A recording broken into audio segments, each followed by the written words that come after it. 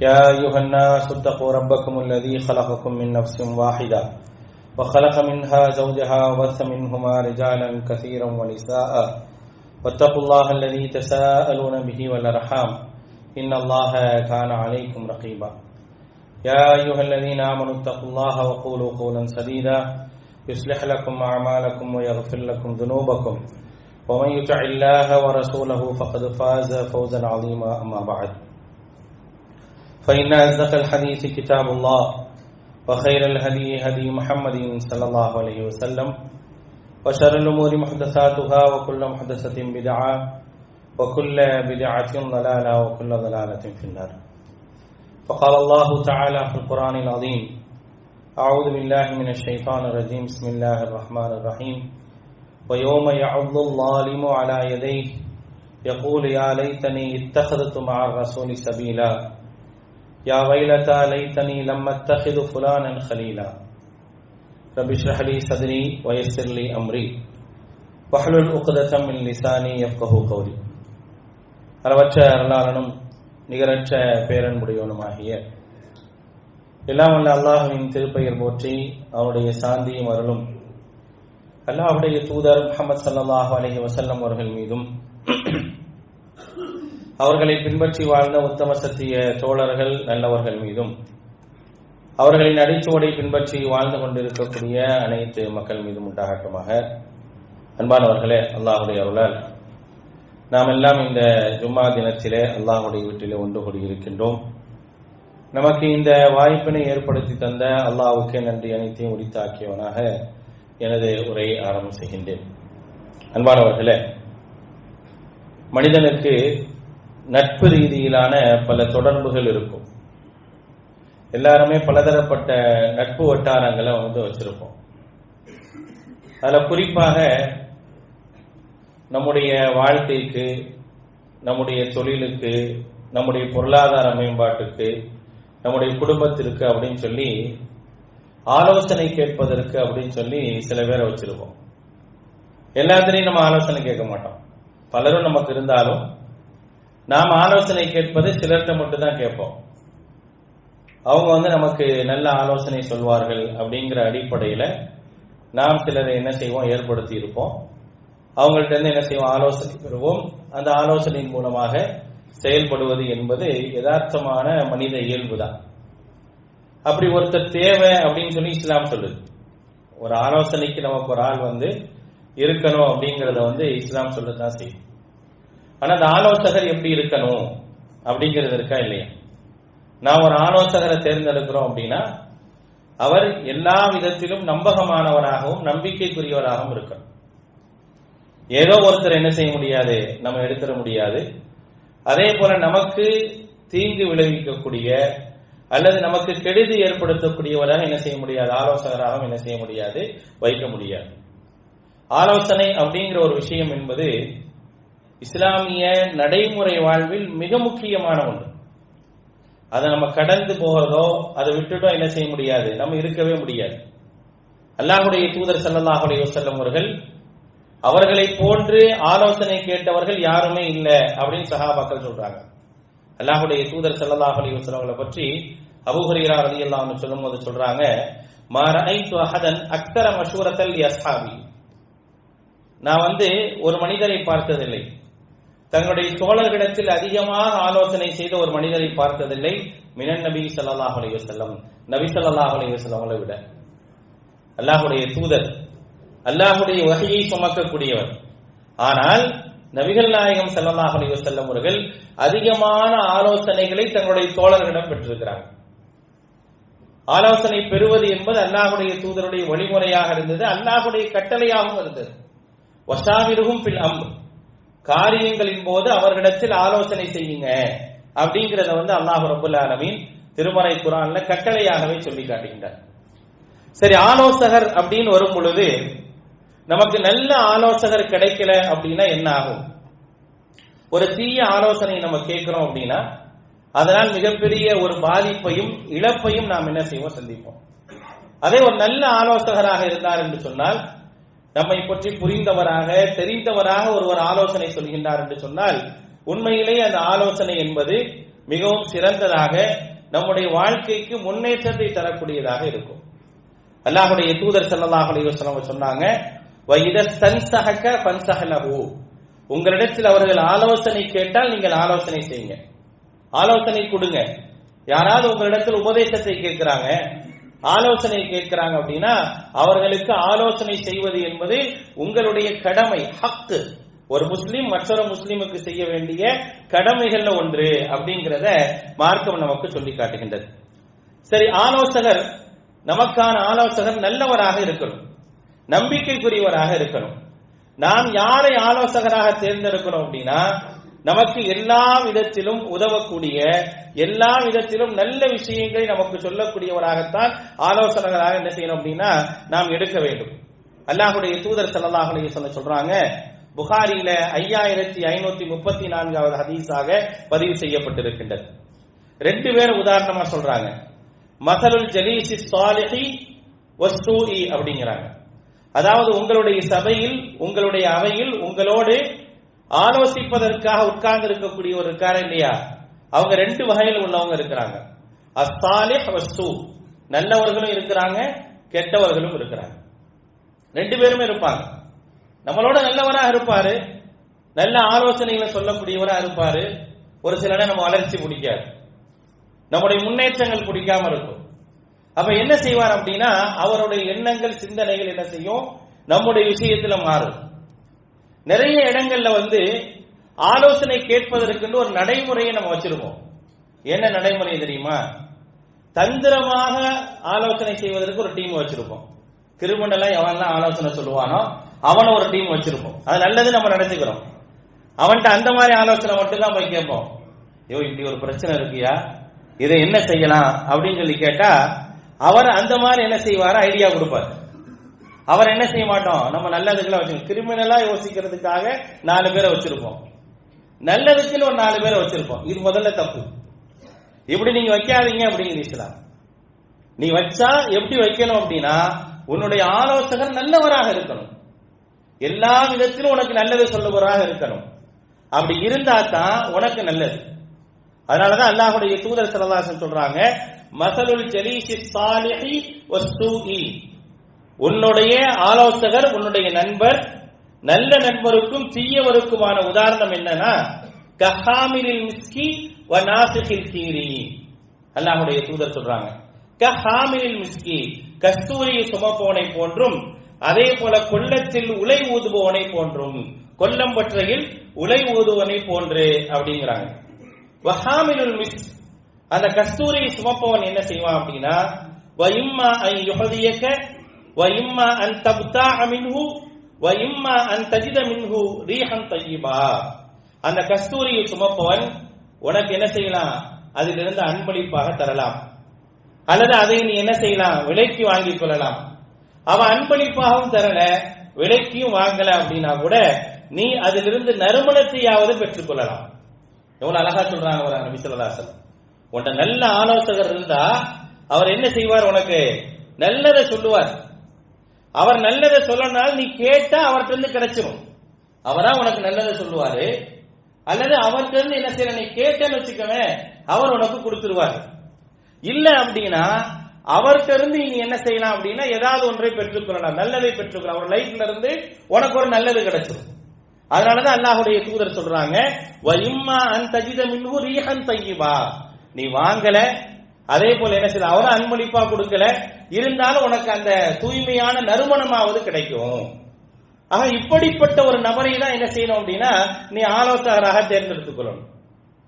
அப்படி நீ தேர்ந்தெடுக்கல அப்படின்னா, நீ ஒரு கெட்ட ஆலோசகரை தேர்ந்தெடுக்கிற, உனக்கு கிரிமினலா என்ன செய்யறாரு, ஆலோசனை சொல்றாரு, அவர்கிட்ட போய் கேட்டா, ஒரு சில பேர்கிட்ட வச்சிருப்போம், நம்ம மார்க்க ஃபத்வா கேட்கறதுக்கு எப்படி வச்சிருப்போம் அப்படின்னா, எவர்கிட்ட கேட்டா நமக்கு சாதகமா ஃபத்வா கொடுப்பாரோ அவர்கிட்ட போய் கேட்போம் அப்படின்னு யோசிப்போம். இல்ல எங்க எனக்கு இது ஒத்து வரல, எங்க வேற ஏதாவது இருக்குதா அப்படின்னு யோசிக்கக்கூடிய அளவுக்கு தான் நம்முடைய சிந்தனைகள் இருக்குது. ஆனா பாருங்க, அப்படி ஒரு யோசனை உங்கள்கிட்ட இருக்கக்கூடாதுங்கிறாங்க. நீங்க ஒரு தீயவரை தேர்ந்தெடுத்துக் கொண்டீர்கள் என்றால், வனாசிகுல் கீர், அந்த உலை ஊதுபவர், கொல்லம்பற்றையிலிருந்து உலை ஊதுபவர், வ இம்மா ஐயுஹிக சியாபக், அதன் மூலமாக ஏற்படக்கூடிய அந்த தீயின் மூலமாக உன்னுடைய ஆடை எரிக்கக்கூடிய ஒரு வாய்ப்பு இருக்கு. அவர் உன்னுடைய ஆடையை கரித்து விடுவார். அல்லது இம்மா தஜித ரீஹன் ஹபீஸதன், அதுல இருந்து ஒரு கெட்ட வாடை என்ன செய்வ நீ பெற்றுக் கொள்ளக்கூடியவனாக இருப்ப. அப்ப உனக்கு ஆலோசனை சொல்பவர் என்ன செய்வாரு? அவர் உனக்கு கெட்ட ஆலோசனை தான் சொல்லுவார். உன்னை வாழ்க்கையை முடிச்சிருவார். உனக்கு இருக்க நற்பதிப்பையும் கெடுத்துருவார், எல்லாத்தையும் கெடுத்துருவார். இல்ல நீ அவரோட இருந்தன்னு வச்சுக்கவே, அவர் என்ன செய்வாருன்னா அவர்கிட்ட இருக்க எல்லா கெட்ட பழக்கமும் உனக்கு வந்துருவோம் அப்படிங்கறத என்ன செய்யறாங்க அப்படின்னா அல்லாஹ்வுடைய தூதர் ஸல்லல்லாஹு அலைஹி வஸல்லம் சொல்றாங்க. அப்ப நான் ஆலோசிப்பதற்காக ஒருவரை நான் தேர்ந்தெடுக்கிறேன் அப்படின்னா அவர் எப்படி இருக்கணும் அப்படிங்கிறதுக்கான ஒரு அழகிய உதாரணமாக இந்த ஹதீஸை நம்ம பார்க்கிறோம். ஒரு அழகான ஒரு செய்தி திருமறை குர்ஆனில் இடம்பெற்றிருக்கக்கூடிய ஒரு செய்தியை பாருங்க. சூரத்துல் ஃபுர்கான் 25வது அத்தியாயத்தினுடைய 27, 28வது வசனம்.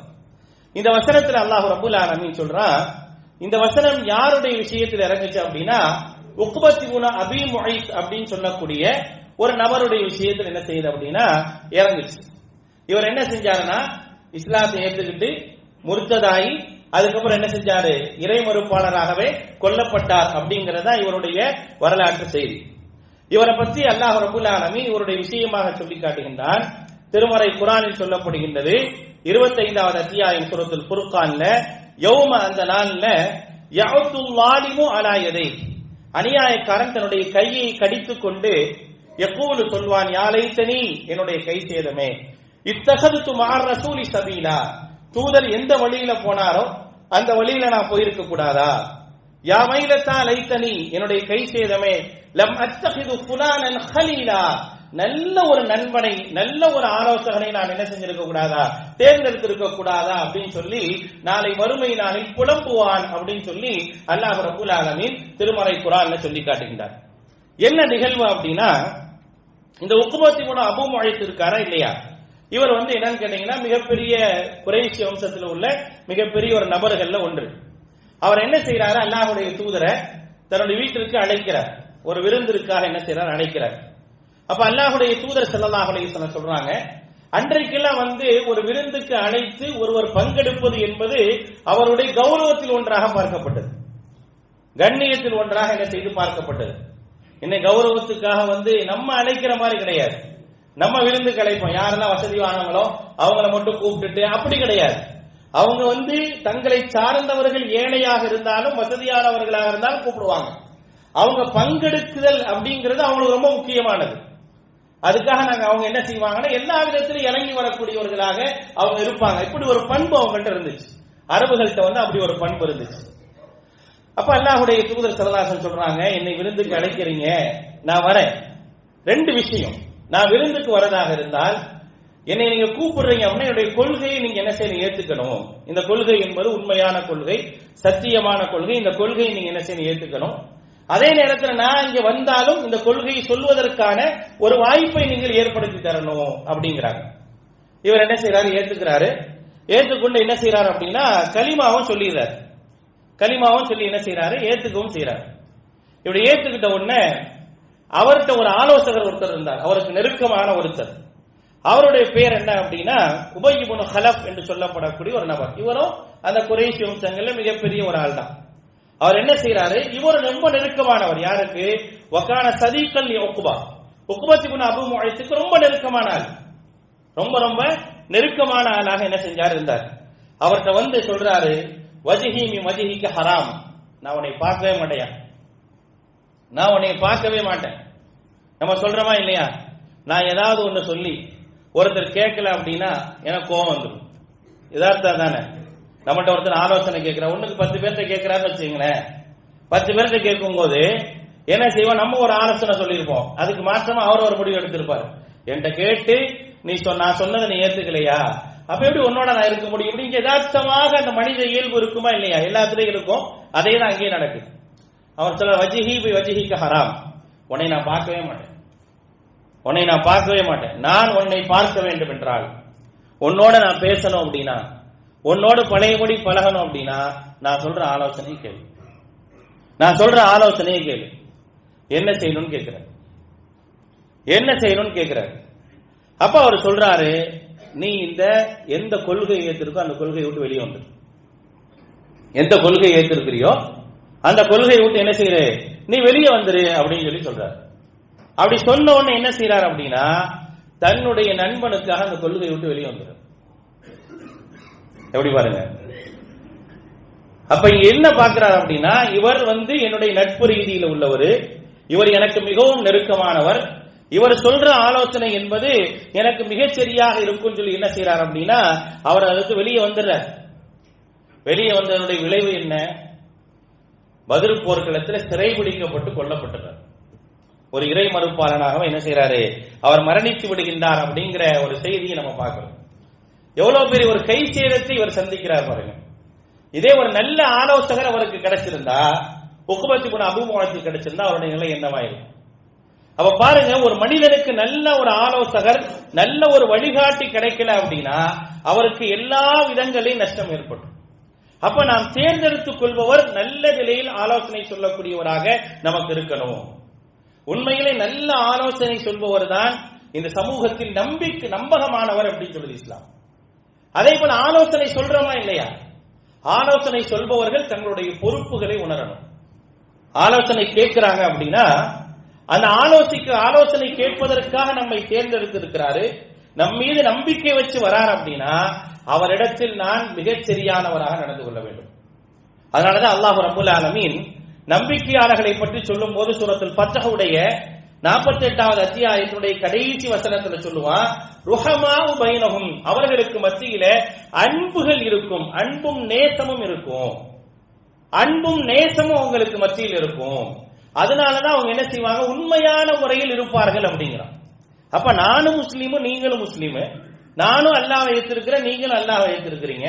அப்ப நான் உங்களிடத்தில் ஆலோசனை கேட்கிறேன், அல்லது நீங்கள் என்னிடத்தில் ஆலோசனை கேட்கும் பொழுது நான் அங்கே என்னுடைய இறை நம்பிக்கையின் அடிப்படையில் ஒரு நல்ல ஆலோசகராக நான் இருக்கணுமே தவிர என்னுடைய வாழ்வியலை கெடுத்து விடக்கூடிய அல்லது என்னிடத்தில் கேட்பவர் விஷயத்துல நான் என்ன செய்யணும், மோசடி செய்யக்கூடிய அளவுக்கு என்ன செய்யக்கூடாது, இருக்கவே கூடாது. அப்படி மோசடி என்பது ஒரு இறை நம்பிக்கைக்குரிய பண்பாகவே இருக்காது அப்படிங்கிறதையும் என்ன செய்யுது, மார்க்கம் நமக்கு மிக தெளிவாக சொல்லி காட்டுகின்றது. அடுத்து நம்ம கவனிக்க வேண்டிய விஷயம் என்ன அப்படின்னா, இந்த ஆலோசனை விஷயத்துல நமக்கு எப்ப ஒரு மனிதன் ஆலோசனை பெறக்கூடிய நேரத்துல அவனுக்கு தீய ஆலோசகர்கள் எப்ப கிடப்பாங்க அப்படிங்கிற ஒரு அடிப்படையில் இஸ்லாம் சொல்லி காட்டுகின்றது. ஒரு மனுஷன் நல்லவனா இருக்கிறான், அவனுக்கு ஆலோசனை தேவைப்படுது, அந்த ஆலோசனை கொடுக்கக்கூடியவர் என்ன செய்யணும் அப்படின்னா நல்லவராகவே இருக்க வேண்டும் என்று சொன்னால் அவருக்கான பண்பு என்ன அப்படிங்கறத மார்க்கம் சொல்லுகிறது. எனக்கு ஆலோசனை சொல்லக்கூடிய நல்லவராக இருக்கணும். நான் எதை கேட்டாலும் எனக்கு நல்ல ஒரு ஆலோசனை என்ன செய்யணும், அவர் சொல்லிக்கிட்டே இருக்கணும். அப்படி என்றால் நான் எப்படி இருக்கணும் அப்படிங்கிற ஒரு அடிப்படை இருக்குல்ல. நான் சரியா இருக்கணும்ன்ற ஒரு அடிப்படை இருக்க, நான் சரியில்லை, நான் சரியா இல்லைன்னா எனக்கு எப்படிப்பட்ட ஆலோசனை வரும், சரியில்லாத ஆலோசனை தான் வரும். நான் நேர்மையாக உண்மையாக இருந்தேன்னா எனக்கு ஆலோசனை சொல்பவரும் சரியாக இருப்பார், உண்மையாளராக இருப்பார், வாய்மை உள்ளவராக இருப்பார். அவர் ஒரு பக்கம் ஒரு மாதிரி இன்னொரு பக்கம் ஒரு மாதிரி நடக்கக்கூடியவராக இருக்க மாட்டார், மோசடி செய்யக்கூடியவராக இருக்க மாட்டார். இதெல்லாம் இருக்காது. அதுக்கு என்ன அப்படின்னா, முதலாவது நான் எப்படி இருக்க வேண்டும். 43வது அத்தியாயத்தினுடைய 36வது வசனத்தில் அல்லாஹ் சொல்றான், வமன் யஅஷு அன் ذிக்ரிர் ரஹ்மான், ரஹ்மானுடைய நல்லுபதேச விஷயத்துல எவர் கண்ணை மூடிக்கொண்டிருக்கின்றாரோ, எவர் கண்ணை மூடிக்கொண்டிருக்கிறாரோ, அல்லாஹுடைய உபதேசம் வரும் பொழுது அந்த உபதேசத்தை ஏற்றுக்கொள்ளக்கூடியவனாக இருக்கணும், அந்த உபதேசத்தின் அடிப்படையில் நடக்கக்கூடியவனாக இருக்கணும். அந்த உபதேசத்தின் அடிப்படையில் எவர் நடக்கவில்லையோ அதுக்கு தான் அல்லாஹ் சொல்றான், வமன் யஅஷு அன் ذிக்ரிர் ரஹ்மான், ரஹ்மானுடைய உபதேசங்களை விட்டும் கண்ணை எவர் மூடிக்கொள்கின்றாரோ நுகையிது லஹு ஷைத்தானன், நாம் அவரிடத்தில் ஒரு ஷைத்தானை சாட்டுவோம். ஃபஹுவ லஹு கரீன், அவருக்கு ரொம்ப நெருக்கமாக ஆகிவிடுவார். அவர் என்ன செய்வார், அவருக்கு ரொம்ப நெருக்கமாக ஆகிடுவார். அப்ப அவர் நெருக்கமாயிட்டா என்ன கிடைக்கும், எனக்கு நல்லதா கிடைக்கும், நல்ல ஆலோசனையா சொல்லுவாரு, நல்ல ஆலோசனை சொல்ல மாட்டாரு. நான் கிரிமினலா என்னவெல்லாம் யோசிக்கணுமோ அப்படிப்பட்ட எல்லா விதமான ஆலோசனைகளை என்ன செய்வார் அப்படின்னா அவர் சொல்லக்கூடியவராக இருப்பார். அவர்கிட்ட நல்ல ஆலோசனை நான் எப்படி, அதுல 2 விதங்கள் இருக்குது. ஒன்னு இவர் கேட்பதும் அதே மாதிரி இருக்கும், இன்னொன்னு எப்படி இருக்கும் அப்படின்னா இவன் நல்லா இருக்க கூடாது அப்படின்னு சொல்லி நினைக்கக்கூடியவனும் இருப்பான். அப்ப அதை பற்றியும் அல்லாஹ் ரப்பல் ஆலமீன் திருமறை குர்ஆன்ல சொல்லும் போது அல்லாஹ் சொல்லி காட்டுகின்றான். 41வது அத்தியாயத்தினுடைய 25வது வசனத்துல சொல்லும் பொழுது ஃபஸய்யனு லஹும் மா பைன ஐதீஹிம் வ மா கல்ஃபஹும், அவங்களுக்கு முன்னால் உள்ளதையும் பின்னால் உள்ளதையும் நம்ம அவன் என்ன செய்வானா ரொம்ப அழகாக காட்டிடுவான். அப்ப இவன் அவன்கிட்ட போய் உட்கார்ந்தாலும், இவன் ஆலோசனை கேட்டாலும், அவன் சொல்லக்கூடிய எந்த ஒரு ஆலோசனை எப்படி இருக்காது அப்படின்னா அவனுக்கு நல்லதாகவே இருக்காது. ஆனா நல்லதா தெரியும், ரொம்ப அழகானதா தெரியும். அவன் சொல்றது சரிதானே அப்படின்னு சொல்லி யோசிக்கக்கூடிய அளவிற்கு ஆலோசனை என்பது என்ன செய்வாங்க, ஒரு கெட்ட ஆலோசனைகள் என்ன செய்வாங்க அவர்கள் தருவார்கள். அப்படிங்கறது என்ன செய்யுது அப்படின்னா திருமறை குர்ஆன் நமக்கு என்ன செய்து சொல்லி காட்டுகின்றது. அப்ப பாருங்க, எனக்கு ஆலோசனை சொல்பவர் நல்லவராக இருக்கணும் அப்படின்னா, சரியானவராக இருக்கணும் அப்படின்னா நான் அதற்கு சரியானவனாக இருக்கணும். எப்படி சரியானவனாக இருக்கணும் அப்படிங்கிறப்ப என்னுடைய எல்லா காரியங்களிலும் அல்லாஹுடைய கட்டளைகளுடைய விஷயத்துல எல்லா விஷயங்களையும் நான் எப்படி இருக்கணும் அப்படின்னா சரியானவனாக இருக்கணும். அல்லாஹுடைய உபதேசங்களை கேட்டு எடுத்து நடக்கக்கூடியவனாக இருக்கணும். அப்படி நடக்கக்கூடியவனாக நான் இருக்கும் பொழுது என்ன செய்வான் அப்படின்னா அல்லாஹ் ரப்பல் ஆலமீன் என்னோடு நல்லவர்களை சேர்த்து வைப்பான். நல்லவர்கள் என்னோடு இருப்பாங்க. அப்ப நான் நல்லவர்கள் என்னோடு இருக்கும் பொழுது அவர்கள் என்ன செய்வாங்க, நல்ல ஆலோசனைகளை சொல்லுவாங்க. அதே போல நான் தேர்ந்தெடுக்கக்கூடியவர்களும் நண்பர்களாக நான் யாரை தேர்ந்தெடுக்கிறனோ அவர்களையும் என்ன செய்யணும் அப்படின்னா நல்லவர்களாக தேர்ந்தெடுத்துக்கணும். அப்படி தேர்ந்தெடுத்துக்கிறேன்னு வச்சுங்களேன், நாளை மறுமை நாள்ல அதை பற்றியும் அல்லாஹ் சொல்லி காட்டுறான். எப்படி இருப்பாங்க இந்த உலகத்துல? நிறைய பேர் நட்போடு இருப்பாங்க, தோழமையோடு இருப்பாங்க. ஒருத்தர் இருப்பாரு, அவர் தன்னுடைய நண்பரோடு இருப்பாரு, தான் எதை செய்வதாக இருந்தாலும் அவரை கேட்காமல், அவரிடத்தில் ஆலோசனை செய்யாமல் எந்த காரியத்தையும் செய்ய மாட்டார். அப்படிங்கிற அளவுல என்ன செய்வாங்க, வாழ்ந்து கொண்டே இருப்பாங்க. அவர்களுடைய அந்த ஆலோசகராக யாரை தேர்ந்தெடுத்திருக்கிறாங்களோ அவர்கிட்ட ஒரு இரையச்சம் இருக்காது, உண்மையான ஒரு நட்பு இருக்காது, ஒரு பயபக்தியின் அடிப்படையில் அவர்கிட்ட எந்த ஒரு காரியம் இருக்காது. அவரை பொறுத்தவரை இவருடைய வாழ்க்கையில இவருக்கு ஏதேனும் நஷ்டம் ஏற்படுத்துவதற்கான வாய்ப்புகள் நமக்கு கிடைக்குமா அப்படிங்கறதெல்லாம் என்ன செய்வார் அப்படின்னா யோசித்துக் கொண்டே இருப்பார். அப்படிப்பட்டவர்களும் இருப்பாங்க. இவர்களுடைய நிலை என்ன தெரியுமா? அல்லாஹ் ரப்பல் ஆலமீன் திருமறை குர்ஆன்ல சொல்லி காட்டுகின்றான். திருமறை குர்ஆன் சூரத்து ஸுக்ரூஃபினுடைய 67வது வசனத்தில் அல்லாஹ் ரப்பல் ஆலமீன் சொல்றான், அல் அஹில்லாஉ யௌமயிதின் பஅதுஹும் லிபஅதின் அதுவே. அல்லாஹ் ரப்பல் ஆலமீன் சொல்லி காட்டுகிறான், அல் அஹில்லா உலகத்துல நட்பு பாராட்டியவர்கள், ரொம்ப நெருக்கமாக இருந்தவர்கள், எல்லா காரியங்களுக்கும் நீ நான் என்று என்ன செய்வாங்க ஒட்டி உறவாடியவர்கள் இருக்காங்களா இல்லையா? அவர்களை பொறுத்த வரைக்கும் அல் அஹில்லாஉ யௌமயிதின் பஅதுஹும் லிபஅதின், நாளை மறுமை நாள்ல சிலர் சிலருக்கு அதுவும் விரோதிகளாக இருப்பாங்க. யாரையெல்லாம் உண்மையாளர்களாக பார்த்தாங்களோ, யாரையெல்லாம் நல்லவர்களாக பார்த்தார்களோ, இவர் தாங்க என் லைஃப் அப்படின்னு வச்சிருப்போமா இல்லையா? இவர் இல்லாம நான் எதையுமே செய்ய மாட்டேன், இவர் தான் எனக்கு, எதுனாலும் இவர் சொல்லுவாரு நான் அதை செய்வேன் அப்படிங்கிற அடிப்படையில் இருப்பேமா இல்லையா? அந்த மாதிரி நபர்கள் எல்லாம் நாளை மறுமை நாள்ல அப்படி இருப்பாங்களா? அதே மாதிரி இருப்பாங்களா அப்படின்னா இருக்க மாட்டாங்க. அவங்க நாளைக்கு எப்படி இருப்பாங்க அப்படின்னா பஅதுஹும் லிபஅதின் அதுவு, சிலர் சிலருக்கு விரோதிகளாக இருப்பாங்க. ஆச்சரியமா இருக்கும் மறுமை. அந்த மறுமையில மனிதனுக்கு ஆச்சரியமான நிகழ்வுகள் எல்லாம் இருக்கும். யாரெல்லாம் தன்னுடைய நட்புக்குரியவராக உண்மையாளராக எவரெல்லாம் பார்க்கப்பட்டாரோ அப்படி பார்க்கப்பட்ட எல்லாரும் என்ன செய்வாங்க, விரோதிகளாக தமக்கு முன்னால் நிறுத்தப்படுவாங்க. அப்ப யோசிக்கிற, நீ எனக்கு நண்பனாகத்தானே இருந்த, நீ சொல்றதை கேட்டுதான் நான் எல்லாமே செஞ்சேன் அப்படின்னு சொல்லும் பொழுதுதான் அங்க மனிதன் சொல்வான், யா லைத்தனி லம் அத்தகிது ஃபுலானன் கலீலா. அங்க சொல்லுவான், ஒவ்வொருத்தரும் அந்த இடத்துல வச்சு சொல்லுவான், நான் நல்ல ஒரு நண்பனை பெற்றுக் கொள்ளவில்லையே, நல்ல ஒரு ஆலோசகனை நான் பெற்றுக் கொள்ளவில்லையே.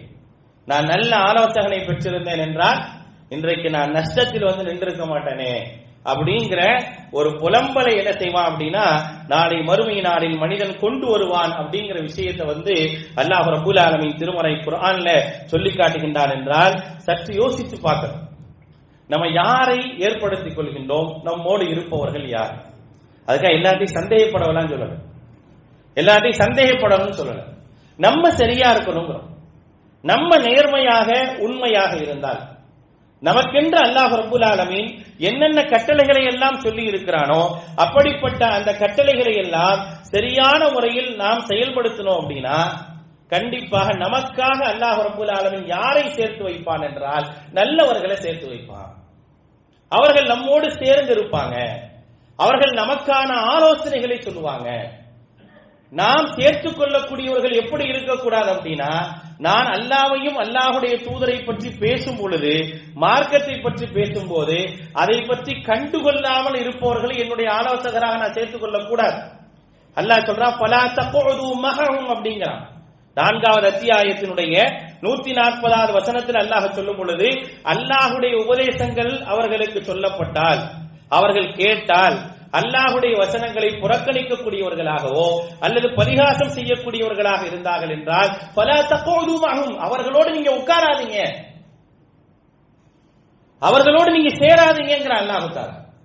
நீ யாரோட உட்காரணும், யாரோட சேரணும்? நான் அல்லாஹ்வை முற்படுத்தி, அல்லாஹ்வுடைய வேதத்தை முற்படுத்தி ஒரு விஷயத்தை சொல்றேன், அந்த அடிப்படையில் எனக்கு ஆலோசனை சொல்ல அப்படின்னா அதிலே சொல்லக்கூடியவராக இருந்தால் மட்டும்தான் அவரோடு நீ இருக்கணும். அப்படிப்பட்டவர் இல்லாத நிலையில் என்ன செய்யக்கூடாது? அவரோடு நீ உட்காருவதோ, அவரோடு பேசுவதோ, அவரோடு விஷயங்களை பரிமாறிக்கொள்வதோ என்பது உனக்கு சரியானதாக இருக்காது. அப்ப நீ என்ன செய்ய முடியாது? நல்ல ஆலோசனை என்ன செய்ய முடியாது, அவரிடத்தில் பெற முடியாமல் போய்விடும். அப்படிங்கறத மிகவும் கவனத்தோடு என்ன செய்த அப்படின்னா மார்க்கம் நம்மை அணுக சொல்லுது. அதனால நம்ம என்றைக்குமே நாம் யாரை வைத்துக் கொள்கின்றோம், யார் நம்மோடு இருக்கின்றார்கள், நம்மோடு இருப்பவர்கள் எப்படிப்பட்டவர்கள் அப்படிங்கறத என்ன செய்யணும் யோசிக்கணும். நம்மோடு இருப்பவர்கள் எல்லா நிலையிலும் நமக்கு நன்மை ஏவக்கூடியவர்களாக, தீமையை தடுக்கக்கூடியவர்களாக, நாம் வழிதவறி சொல்லும் பொழுது நம்மை அப்படியே காப்பாற்றக்கூடிய அளவிற்கான ஒரு நட்பையும் ஒரு ஆலோசகர்களையும் நாம் ஏற்படுத்தி வைத்திருக்கின்றோமா அப்படிங்கிறத பார்க்கணும். அப்படிப்பட்ட ஆலோசகர்கள் நமக்கு வேண்டும் என்ற ஒரு சிந்தனை நமக்கு வேண்டும். அந்த ஆலோசகர்களை அல்லாஹ் ரப்பல் ஆலமீன் நம்மோடு கொண்டு வந்து சேர்ப்பான்.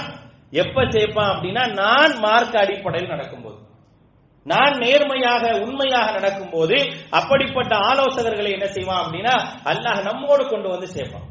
அப்படி சேர்க்கும் போது எல்லா நிலைகளிலும் நம்முடைய செயல்பாடுகளும் சரி, நமக்கு கிடைக்கப்பெறக்கூடிய ஆலோசனைகளும் சரி மிகச் சரியானதாக இருக்கும். அதே நேரத்தில் ஆலோசனை சொல்பவர், அவர்கிட்ட ஆலோசனை கேட்கப்படுது அப்படின்னா அவர் நம்பகமானவர், அமீன் என்ற அந்த தரத்திற்கு அவர் உயர்த்தப்படுகின்றார். சாதாரணமானவர் அல்ல, அவர் நம்பிக்கையாளராக பார்க்கப்படுகின்றார். அல் முஸ்தஷார முஹ்தமினுன், எவர் ஆலோசகராக இருக்கிறாரோ, எவர் ஆலோசனை சொல்கின்றாரோ அவர் யார்? முஹ்தமின், நம்பிக்கையுடையவர். அதை உணரணும். என்கிட்ட ஒருத்தர் ஆலோசனை கேட்கிறாருன்னா முதலாவது என்னுடைய பொறுப்பு எனக்கு ஞாபகம் வரணும். ஆஹா, என்கிட்ட கேட்கிறாரு, நான் ஏனாதாலும் இவருக்கு ஆலோசனை சொல்லக்கூடாது, ஏண்டா இவங்கள நம்மள்கிட்ட வராங்கன்னு நினைக்க கூடாது. என்னிடத்தில் கேட்கின்றார் என்று சொன்னால் அவருக்கு நான் சொல்லக்கூடிய ஆலோசனை என்பது என்னுடைய நம்பகத்தன்மைக்கு உண்மையானதாக இருக்கணும். அதுதான் என்ன செய்யும் அப்படின்னா எனக்கு எல்லா விதங்களிலையும் பயன்படக்கூடியதாக இருக்கும் அப்படிங்கிற அந்த எண்ணம் வரணும். அதனாலதான் அல்லாஹ்வுடைய தூதர் சொன்னாங்க அல் முஸ்தஷாரு முஹ்தமினுன் அப்படின்னாங்க. எவர் ஆலோசகராக இருக்கிறாரோ அவர் நம்பிக்கைக்குரியவர், நம்பிக்கைக்கு பாத்திரமானவர். ஒரு சபையில ஒரு விஷயம் பேசப்படுது, ஒரு 4 பேருக்கு மத்தியில் ஒரு செய்தி பேசப்படுது, அல்லது 2 பேர் பேசிக் கொண்டிருக்கிறாங்க, 3 பேர் பேசிக் கொண்டிருக்கிறாங்க. நான் சொல்லக்கூடிய ஆலோசனையினால் ஒருவர் சரியாக இருப்பார்னு அந்த இடத்துல நான் ஆலோசனை சொல்லி ஆகணும்.